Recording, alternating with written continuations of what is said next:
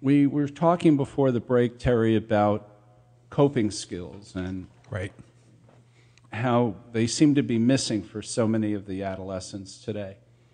What do you see as one or two primary coping skills that our kids are missing? I think one of the most glaring set of skills that our adolescents today are missing would probably be, and it's a huge term, right? It's communication skills. And I think a lot of that comes down to the way in which they're socialized. How can that be? I mean, our kids seem to be talking all the time on those cell phones with texting and Right. emails. Well, not so much emails, I guess. No, not anymore. And that just, I guess evidence of the generational gap. Thank you. You're welcome. The texting is one of the unfortunate things is that it lacks the tone and the body language that you and I right now are emitting in the giving off to one another in the conversation.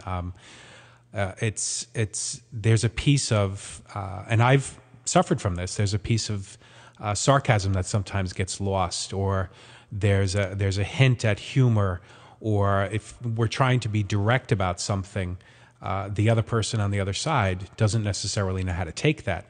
So as much as they are reaching out to one another, as much as they are connecting on Instagram and Twitter, by the way, they're not on Facebook anymore because we joined Facebook. So that pushed them out. Absolutely. So you're saying that all their communication is monotone. I don't know who came up with it, but there's this expression out there that, most communication really is about the tone and the body language, and very little has to do with words. I haven't seen the research on that, but that seems to be, some sort of mythical understanding within the communications community. But I think that there's some value in that. I mean, as a mental health professional, you're very well aware of that. If somebody says one thing but their body's doing another, that there's some incongruence